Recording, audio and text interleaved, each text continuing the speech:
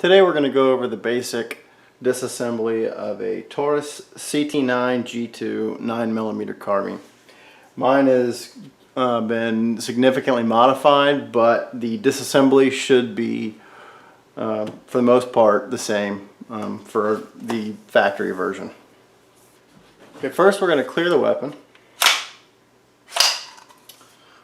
and then remove the front handguard pin, which is here on the right side. It should have a clip in it, so you'll have to get a pair of needle nose pliers to pull the pin here, right here out. Mine, I just never put mine back in, but it's right there. So you unscrew the nut.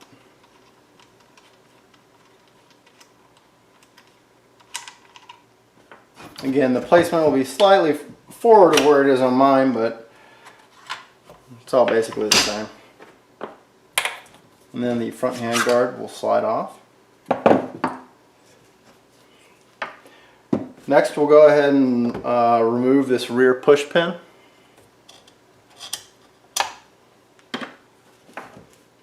And then remove the bolt carrier.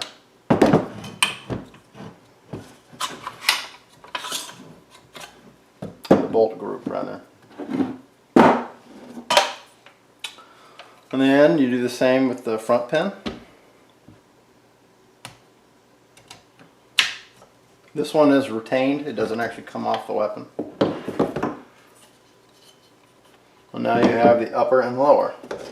If you want to remove the stock, there is a hex screw inside the grip here.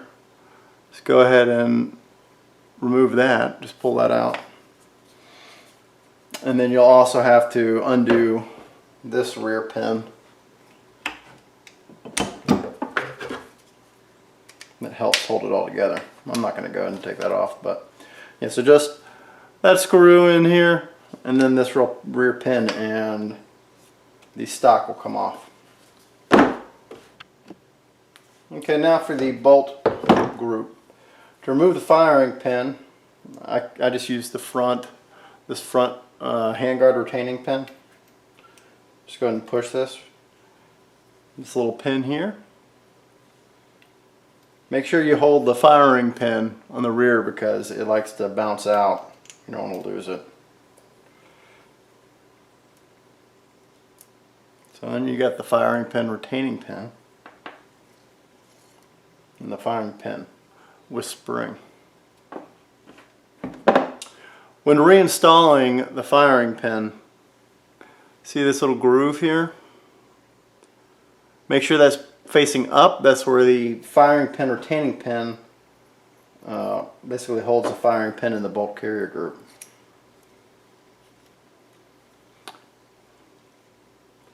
And if you look inside, you can actually see it move. I'm not sure if you can see that. Yeah, there you go. So just push it in and then reinstall the firing pin retaining pin.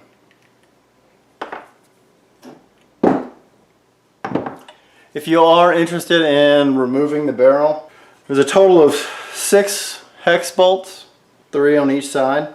They have the permanent red Loctite on there. So what I actually had, they're torqued down pretty good, so I had to use a torque wrench to get all 6 out, and then the barrel just comes right off. So I would not suggest removing the barrel unless you want to have it cut down to SBR the rifle. So now I'll go ahead and reassemble the weapon.